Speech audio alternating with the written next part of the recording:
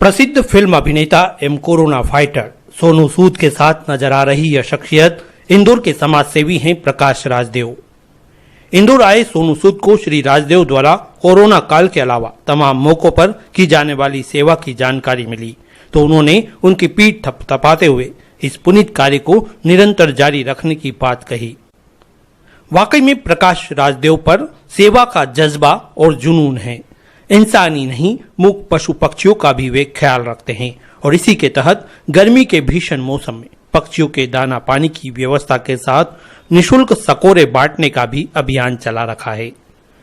श्री राजदेव का एक समूह है जीए सिंधु ग्रुप, जिससे समाज सेवा में अग्रणी अनेक महिलाएं भी जुड़ी हुई है और वे अभियान का हिस्सा बनकर अन्य महिलाओं को भी जोड़ रही है।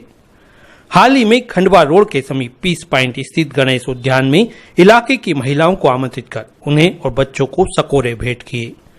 महिलाओं में खुशी इस बात की थी कि जीए सिंधु ग्रुप वाकई में सेवा का अनूठा अभियान चला रहा है, जिसमें इंसानों के जरिए मूक पशु पक्षियों की चिंता की जा रही है और उनकी सेवा भी।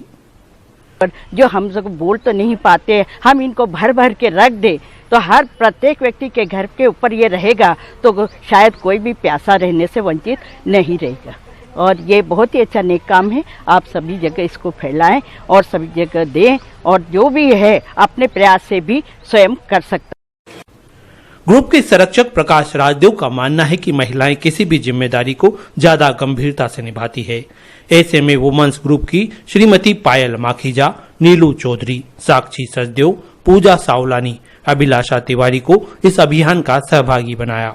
मैं सिंधु ग्रुप के द्वारा प्रकाश राजदेव के द्वारा इस ग्रुप में जुड़ी हूँ। इनका ये जो प्रयास है पशु पक्षी के लिए सकोरे बांटने का, ये बहुत नेक प्रयास है। इनके द्वारा ये जो प्रयास किया गया है वो बहुत ही अच्छा नेक काम है।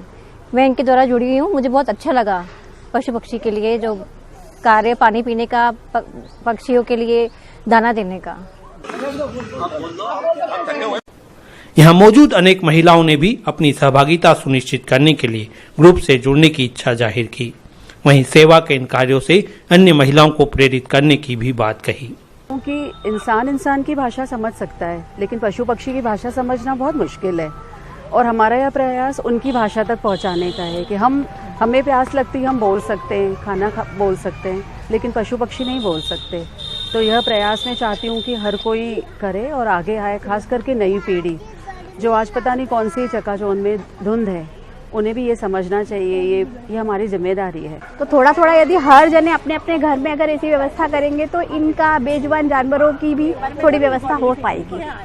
तो मैं सबसे ये रिक्वेस्ट करती हूँ कि सब जने अपने अपने घर में पानी और दाने की व्यवस्था करें। मैं बस इतना ही कहना चाहूंगी कि मुझे ध्यान है बहुत अच्छे से, जब हम छोटे थे तो हमारे घर ऐसे होते थे कि आंगन में शायद कपड़े धुलते थे, बर्तन साफ होते थे तो पानी इकट्ठा हो जाता था। उसमें पहले चिड़िया आके बहुत नहाती थी, पानी पीती थी, लेकिन अब घर ऐसे हो गए हैं कि जहाँ पानी की बूंद भी नहीं दिखाई देती है। और ना ही मुझे लगता है कि कोई ऐसा है कि बिल्कुल सोच करके पक्षियों के लिए पानी रखे या दाना रखे कोई करता है, लेकिन ये बहुत गलत है और सुनने में भी बहुत आता है। बहुत सारे पक्षी मर जाते हैं गर्मी जब पड़ती है, पानी नहीं मिलता है। तो मैं चाहती हूँ कि मैं करती हूँ, सब करें। मैं अपने अड़ोस पड़ोस में भी बोलती हूँ और छत के ऊपर पानी जरूर रखें। श्री राजदेव का कहना है कि अभी तो इस अभियान की शुरुआत हुई है।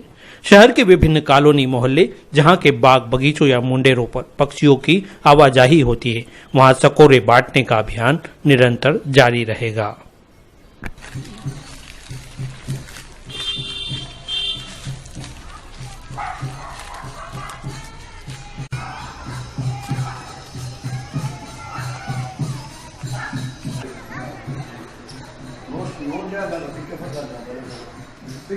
No,